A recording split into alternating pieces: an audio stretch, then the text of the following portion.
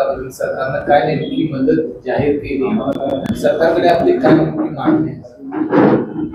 स्वप्नीलला पदक मिळाल्यानंतर लागलीच काही तासामध्ये माननीय मुख्यमंत्री साहेबांनी 1 कोटी रुपयाची मदत जाहीर केली होती. पण ती तोकडी आहे म्हणून आमचा सतत त्यांना पाठपुरावा होता. अगदी 2 दिवसापूर्वी मंत्रिमंडळानं 5 कोटी सुवर्ण पदकाला, 3 कोटी रौप्य पदकाला आणि 2 कोटी कांस्य पदकाला जाहीर केलं. पण हे शासनानं ऑलिम्पिक सामने चालू होण्यापूर्वीच त्यांनी हे जाहीर करायला पाहिजे होतं. आता मला असं वाटायला लागलेलं आहे की एक सामान्य कुटुंबातला मुलगा, खेड्यातला मुलगा, ज्याला राजकीय काही सपोर्ट नाही असा मुलगा इथं स्वप्नील कुसाळे आहे म्हणून तुम्ही त्याला एवढ्या तोकड्या बक्षावरती ठेवलत का? आणि हे 72 वर्षांचं पदक आहे. जर समजा हाच मुलगा एखाद्या मंत्र्याचा असता, जर हाच मुलगा एखाद्या आमदाराचा असता तर तुम्ही काय केलं असतो, असा माझ्या मनामध्ये कायम प्रश्न येतो. आता सगळी मागणी काय आहे सरकार? माझी मागणी अशी आहे की किमान महाराष्ट्र शासनानं 5 कोटी रुपये त्याला बक्षीस द्यावं. त्याचा जो काही फ्लॅटचा विषय आहे त्याला बालेवाडीपासून जवळ त्याला फ्लॅट मिळावा. तिथे जी रेंज आहे त्या रेंजला स्वप्नीलचं नाव द्यावं. अशा अनेक मागण्या आहेत. तर कारण आगामी काळात त्याला सुवर्णपदक जिंकायचं आहे आणि ते पदक देशाचाच फार मोठा बहुमान करून देईल. कारण त्याचं स्वप्न तो 100% पुरा करतो याची मला खात्री आहे. झाले आणि अगदी अवघ्या 5व्या दिवशीच विधान भवनामध्ये आमच्या सरकारनं त्या टीममध्ये असणाऱ्या महाराष्ट्राच्या 3 खेळाडूंना 5व्या दिवशी बोलवलं आणि जे त्यांनी बक्षीस जाहीर केलं होतं 11 कोटी रुपयाचं ते त्यांनी त्यांना त्यावेळी सुपूर्द केलं. अर्थात हे 5व्या दिवशी घडलं. पण आता 2 महिने 6 दिवस झालेत स्वप्नीलचं पदक मिळून, पण अजून शासनानं स्वप्नीलला हातामध्ये एक फूल द्यावं विधान भवनामध्ये बोलवून. ते करायला पाहिजे होतं पण त्यांनी अजून केलेलं नाही. म्हणजे त्यांना हे ऑलिम्पिकच्या पदकाची काही किंमत आहे का नाही असं मला वाटायला लागले. देशामध्ये एकूण ऑलिम्पिकचे 6 पदक आली, 1 सांघिक आणि 5 वैयक्तिक. इतर राज्यांनी त्यांच्या खेळाडूंना किती मदत दिली याबद्दल काय?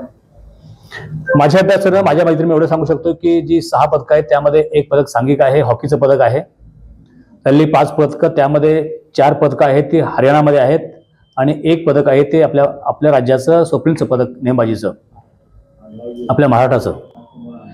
4 पदकामध्ये जे आहे त्यामध्ये आपण बघतोय की मनू भाकरला नेमबाजीमध्ये आहेत, नीरज चोप्रा आहे, अशा आहेत. आता त्या राज्यांनी जे काही 5 कोटी 4 कोटी दिलेलं आहेत ते म्हणजे आपण त्यांची तोडच करू शकत नाही. कारण हरियाणा शासन हे छोटं राज्य आहे, त्यांचं आर्थिक उत्पन्न कमी आहे, तरी पण हे राज्य इतकं रक्कम आपल्या मुलांना देतं, खेळाडूंना देतं आणि खरोखर त्या राज्याचं कौतुकच करायला पाहिजे. कितीतरी पुरस्कार ते मुलांना देतं, ते मानलं पाहिजे राज्याला. पदक मिळाल्यानंतर राज्य शासनानं घोषित केलेली रक्कम तुमच्या खात्यावर जमा झाली काय या सद्यस्थितीत? हे पहा, मी आता मगाशीच बोललो की 1 कोटी रुपये जाहीर केलं होतं यापूर्वी काय, पण आम्ही पाठपुरावा करतोय 5 कोटीचा. त्यामुळं आम्ही त्या 1 कोटी रुपयाच्या बक्षाकडे अजिबात लक्ष दिलेलं नाही. नावं खात्यावर आलेत का नाही ते माहीत नाही. फक्त आमची मागणी आहे स्वप्नीलचा आगामी काळामध्ये खर्च मोठा आहे, त्याला 5 कोटीशिवाय पर्याय नाही. कारण त्याला लागणारी काडतूस आहेत ना, ती काडतूस आता त्याला साधी बंदूक घेऊन चालणार नाही आहे. आता त्याला ऑलिम्पिकचं सुवर्णपदक जिंकायचं असेल तर त्याला चांगल्या प्रकारची बंदूकच घ्यावी लागेल. काडतूसचा खर्च मोठा आहे. दिवसाला कमीत कमी 250-300 त्याला काडतूस फायर केली पाहिजेत. आणि तुम्ही सगळे दाणे आहात, तुम्ही माहिती घ्या 100-100 रुपयाच्या आसपास त्या एका काडतुसाची किंमत असते. जर एका काडतूसची किंमत जर 100 रुपये असेल तर दिवसा फायर केलेल्या 300 काडतूसची किंमत झाली 300 रुपये.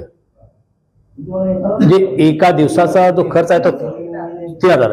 एका दिवसाचा खर्च आहे 30,000 रुपये. तो एका दिवसाचा खर्च आहे 30,000 रुपये. मग मला सांगा की त्याची ही रक्कम कुठे पुरणार आहे? त्यामुळं नेमबाजी हा खर्च आमच्यासारख्या सामान्य माणसाला परवडणारा नाही. आणि जर शासन एवढं उदासीन आहे असं मला माहिती असतं तर खरोखर मी माझ्या मुलाला तिकडे पाठवलं नसतं, कारण मी इतका मोठा नाही आहे.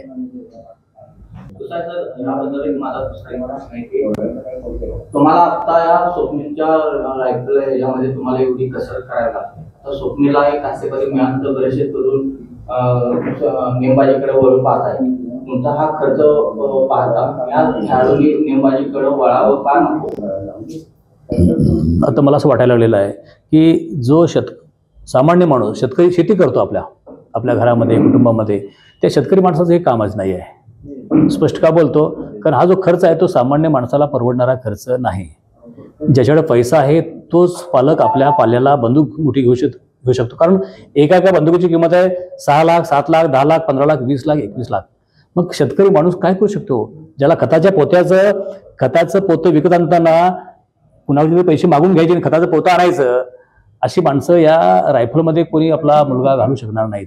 अर्थाचा खर्च वेगळाच आहे. पण आम्ही ते सगळं 15 वर्षामध्ये सोसलं का?